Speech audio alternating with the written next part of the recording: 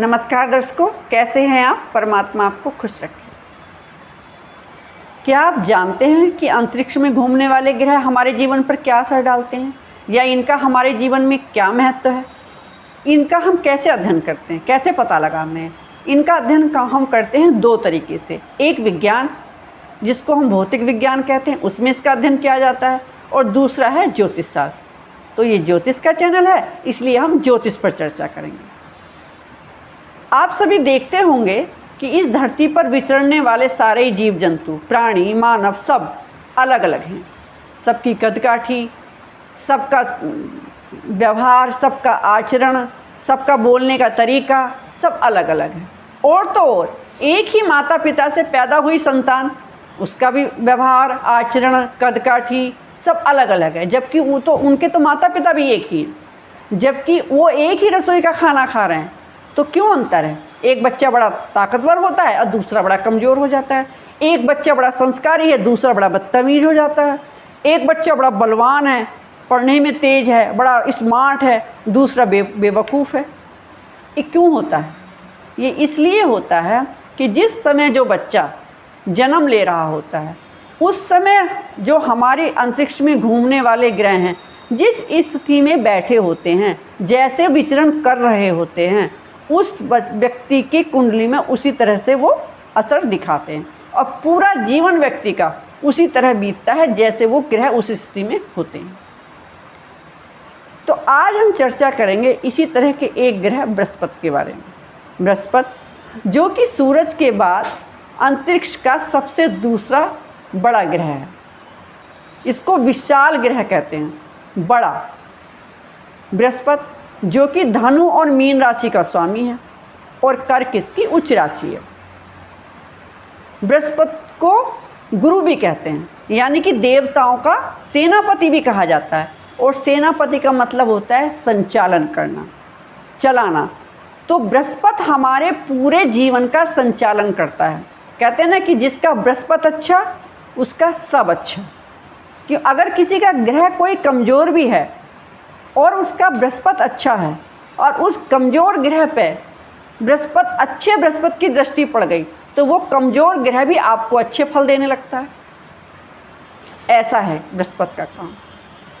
तो बृहस्पति को गुरु भी कहते हैं। तो गुरु का मतलब होता है अंधकार से प्रकाश की ओर ले जाने वाला। जैसे हम अपने जीवन से कुछ भी जो सीखते हैं तो अंधकार से प्रकाश की ओर जाते हैं। सीखने का मतलब यहाँ दोनों तरीके से, अच्छा या बुरा।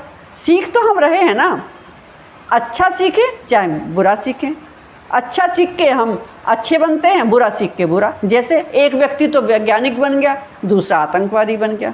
बने दोनों ही कमाल के भाई, अपने अपने क्षेत्र में दोनों कमाल के हैं, लेकिन अच्छे और बुरे दो कैटेगरी में बदल गए।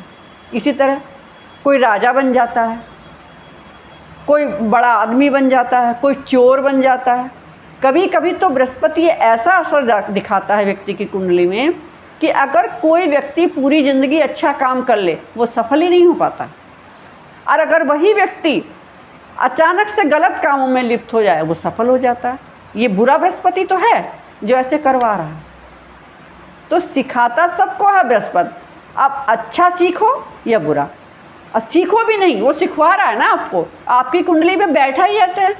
अच्छा, वो आप एक व्यक्ति को अच्छा सिखाएगा तो दूसरे को बुरा सिखाएगा, अपने जन्म के हिसाब से। जैसा बैठा था वैसे ही सिखाएगा वो। तो ये बृहस्पति करवा देता है। अगर बृहस्पति किसी व्यक्ति का अच्छा है तो ना तो कभी उसको पैसे की कमी होती है, अच्छे पद पर बैठता है वो, शादी विवाह में भी उसके कोई दिक्कत नहीं आती, संतान सुख भी मिलता है उसको, बड़ों का सहयोग भी मिलता है। यहाँ तक कि अगर वो व्यक्ति किसी से कुछ कह दे तो तुरंत उसका काम करने के लिए सब लोग तैयार हो जाते हैं। और उसके चेहरे पे इतना ओज होता है, नहीं जिससे दिखता है उस व्यक्ति को जिसका बृहस्पति अच्छा है। आप देखेंगे किसी व्यक्ति का बृहस्पति अच्छा है तो उसके चेहरे पे एक अलग ही ओज होता है, अलग ही ज्ञान होता है। तो बृहस्पति ने उसको दिया ना, इसलिए ज्ञान है उसको।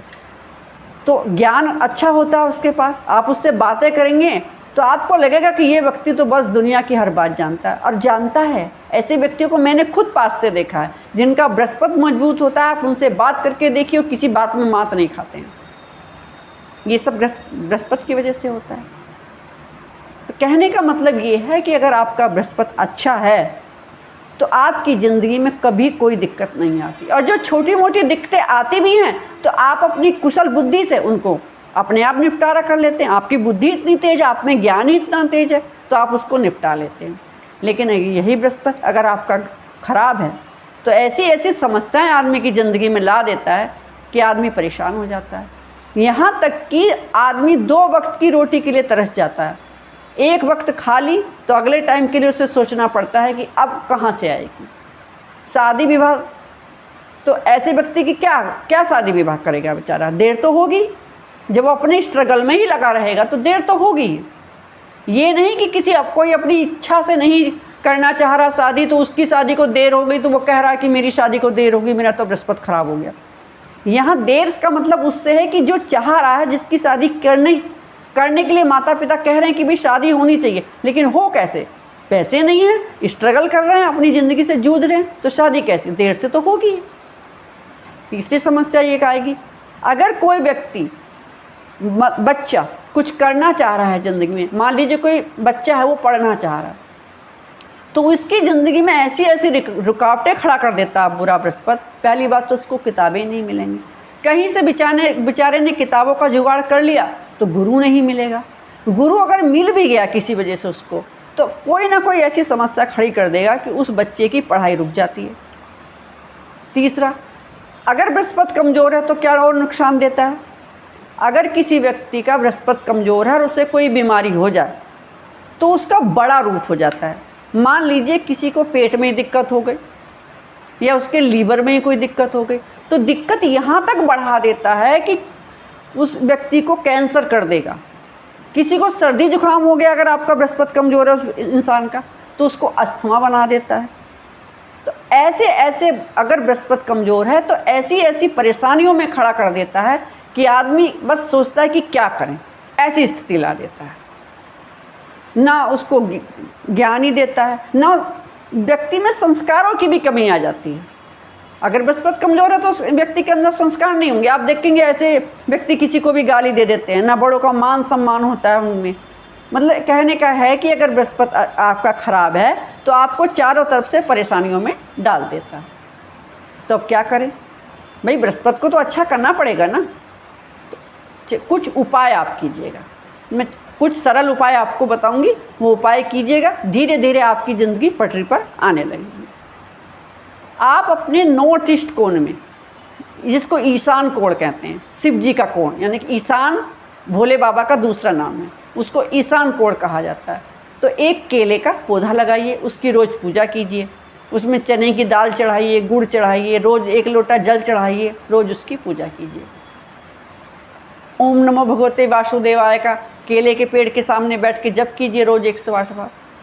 चलिए मान लीजिए आपकी ऐसी स्थिति है कि उस जगह पे आप पौधा नहीं लगा सकते, भाई नहीं होती हर किसी के घर में ऐसी जगह, कोई कमरा ही बन गया, वहाँ पे कुछ ऐसी चीज़ बन गई कि आप पौधा नहीं लगा सकते, तो आप क्या कीजिए, 1 कटोरे में जल ले लीजिए और उसमें 5 पीले फूल रोज़ डाल के रख दीजिए। अगले दिन नहाने के बाद उसको बदल दीजिए, फिर नया पानी रखिए, फिर 5 पीले फूल डाल दीजिए। चलिए भाई, पीले फूल भी नहीं मिल रहे, नहीं भी आप ये कर सकते हैं तो आप दूसरा ये उपाय कर लीजिए। 1 कटोरे में पानी भरिए और उसमें 2 पिंच हल्दी डाल दीजिए और उस कटोरे के पानी को रोज़ नहाने के बाद फिर ऐसे ही बदल दीजिए। चलिए आप नहीं कर पा रहे रोज़ रोज़ का ये भी काम, तो आप क्या कीजिए, 1 कटोरी में पीले चंदन की टिकिया रख लीजिए छोटी सी, और उसको हर बृहस्पतिवार बदल दीजिए। जैसे इस बृहस्पतिवार को रखी तो अगले बृहस्पतिवार को उसको बदल दी, फिर उसकी जगह नई छोटी सी टिकिया रखिए।